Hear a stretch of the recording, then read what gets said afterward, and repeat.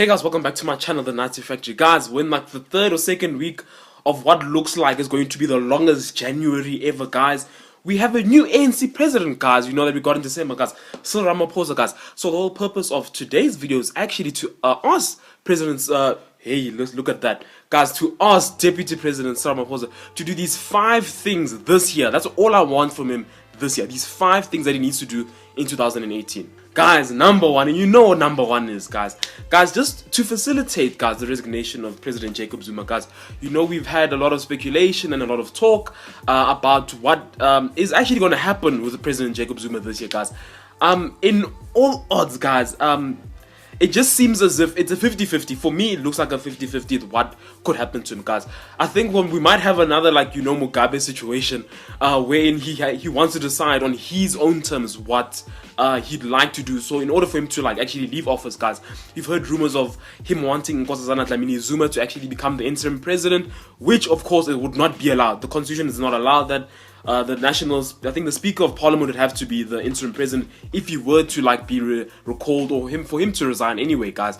You know, I think, guys, at this stage, you know, I was not very much, you know, on that Zuma must fall tip, guys. It's just, guys, when we're looking at our economy and where we're going, guys, and actually for the sake of the ANC itself, to see itself actually win, get something in 2019, that they actually have to make sure that Diamond must leave office, guys. At this rate, if the ANC stays with President Jacob Zuma until 2019, guys, they actually face being, like, smashed in the next general election in 2019, guys. So if Cyril Ramaphosa can actually just facilitate President Jacob Zuma resigning, guys, we kind of know that Cyril might just become the next president. If they do that, actually, that's what I actually believe. If they do that, then he has a very solid 50% of the vote in 2019 chance of becoming the next president of South Africa. Guys, number 2, get rid of Shaun Abrahams. Oh my word.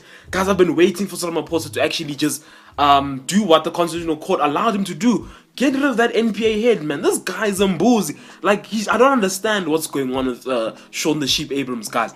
This guy doesn't want to prosecute when he has to prosecute. He wants to busy do other things, guys. You know, actually, just on this number 2, let me actually do slash, guys. Cyril Ramaphosa should actually also just the states of state capture inquiry, the commission of inquiry, guys.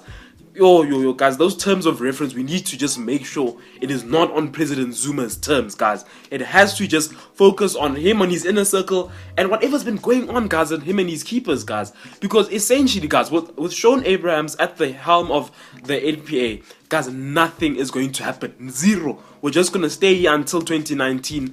Just wondering what in the world happened, guys. So Cyril Ramaphosa needs to find a suitable candidate who will be able to replace Shaun the Sheep quickly, guys.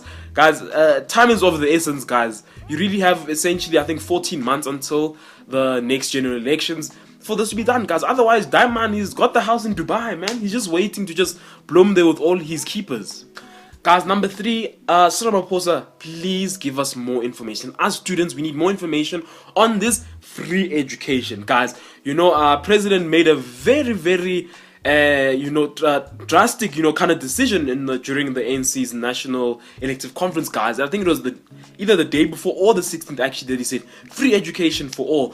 Of course, students, I think students, the attitude of students at the time were just like, dude, why now? You had all the time during the year. You had the time after the commission, the Hare Commission gave you the report, and after you actually just gave us feedback on that, you had all the time. Why then? We need more information on this, guys. When is it going to be phased in, guys? Now, remember, we're told free education now we're being told it's going to be phased in phases, like over the next 5 years. This is, of course, going to lead to just challenges in the higher education and tertiary sector, guys. We all know that, guys. We've seen it right now in Jan with the registration, and how the EFF has been calling on students, no matter whenever you matriculate, to go and register and go and apply at universities, guys, in January of all times. That's the type of things, what's going to happen to the varsities, guys. What's going to happen to students who are already in the system. Because if people read that statement correctly, it actually helps the first years, really, for this year, essentially. The first years, guys. What's to become of NSFAS? What's to become of these income contingency loans? What's going to happen, guys? We need, like, information. Guys, for number 4, number 5, it's going to be really quick, I think. Number 4, guys, get rid of the public protector. Oh my word, yo, Busisiwe Nkohane is giving us headaches. You know, I actually believed in Busisiwe for a while, and then she did that the South African Revenue Bank thing, that is the Reserve Bank. Sorry, when she blundered about that and said it was a typo, and then she's just been taking L's left, right, and center, guys. This is not, a successor to Thuli Madam until I expected.